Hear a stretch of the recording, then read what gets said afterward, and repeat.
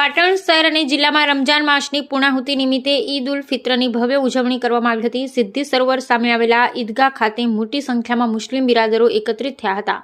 મૌલાના સિદ્દીકે નમાઝ અદા કરાવી હતી। ઈદગાહ ખાતે પાટણના ધારાસભ્ય કિરીટ પટેલ અને પાલિકા પ્રમુખ હિરલબેન પરમાર સહિત ભાજપ કોંગ્રેસના આગેવાનોએ મુસ્લિમ સમાજને શુભેચ્છાઓ પાઠવી હતી। સુરક્ષાની દ્રષ્ટિએ ઈદગાહ અને જિલ્લાની વિવિધ મસ્જિદોમાં પોલીસ બંદોબસ્ત ગોઠવવામાં આવ્યો હતો। મૌલાના ઇમરાને ઈદના સંદેશમાં દેશમાં કાયદા કાનૂનમાં સમાનતા અને સામાજિક એકતાનો સંદેશ આપ્યો હતો। રમજાન માસ દરમિયાન 29 રોજા પૂર્ણ થયા બાદ ચાંદ દેખાતા ગુજરાતમાં ઈદની ઉજવણી કરવામાં આવી હતી। ઇસ્લામ ધર્મમાં રમજાન માસનું સૌથી પવિત્ર માનવામાં આવે છે। આ માસમાં હઝરત મોહમ્મદ પયગંબર પર પવિત્ર કુરાન નાઝિલ થયું હતું। આ તહેવાર કૃતજ્ઞતા, એકતા અને ભાઈચારાનું પ્રતીક છે। રોજા રાખવા, દાન કરવું, ઇબાદત કરવાનું विशेष महत्व है। तो मैं आज ईद के मौके पर ईद की मुबारकबादी देता हूँ तमाम को। और ईद यानी हमारे अरबी संदेश का माना होता है खुशी। खुशी हर त्यौहार के अंदर मनाई जाती है, हर धर्म मजहब के अंदर मनाई जाती है। इसी तरीके से आज इस्लाम धर्म के अंदर ईद का त्यौहार मनाया जाता है, खुशी मनाई जाती है। यानी हम एक दूसरे से मिले जुले, खुशियों का यानी शरीक हो, दूसरों को शरीक करे खुशियों के अंदर। त्यौहार का मतलब ही यही होता है।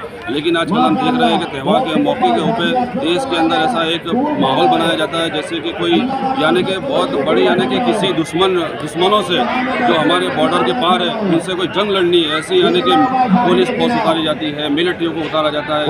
ये यानी कि त्यौहार के मौके पे ये नहीं होना चाहिए।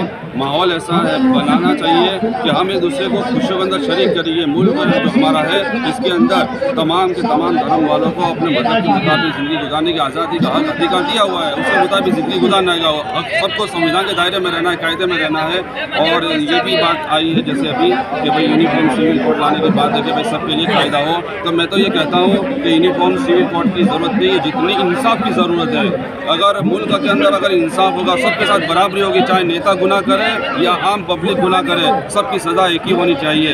तो लेकिन तुम देखते हो कि पैसों वालों को, नेताओं को, कुछ लोगों को बचा लिया जाता है और जो कमज़ोर होते हैं, जो बिल्कुल यानी कि एकदम बिल्कुल परिस्थिति बेकवर्ड लोग होते हैं, उनको उसकी सज़ा दी जाती है। तो ये नाइंसाफ़ी है। तो नाइंसाफ़ी ख़त्म करने की मुल्क के अंदर ज़रूरत है। नाइंसाफ़ी ख़त्म होगी तो मुल्क के अंदर अमन होगा, चैन होगा, सुकून होगा। अगर नाइंसाफ़ी अगर ख़त्म नहीं हुई तो मुल्क के अंदर अमन, चैन, सुकून आना बहुत मुश्किल हो जाएगा। इसलिए मैं आप मीडिया के माध्यम से देशवासियों को भी और अपनी सरकारों को, हुकूमत को भी कहता हूँ, जो कायदों की ज़रूरत नहीं है उसको न छेड़ा जाए।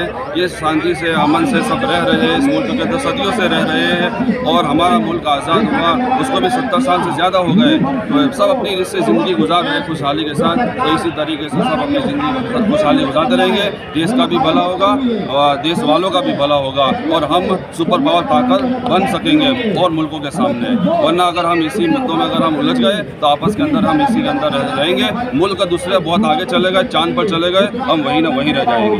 बस यही मेरी आज देशवासियों से कहने की दरख्वास्त और अपील है।